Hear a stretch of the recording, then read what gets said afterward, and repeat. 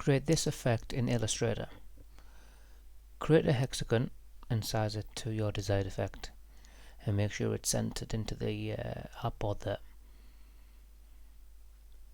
And then once it's highlighted, if you click Effect, Distort and Transform, and then Transform, then the settings need to be 92 degrees on the horizontal, 92 degrees on the vertical, then on the angle needs to be 5 degrees, and make sure you tick Scale, Strokes and Effects, and for copies it needs to be 32, and that looks pretty cool already.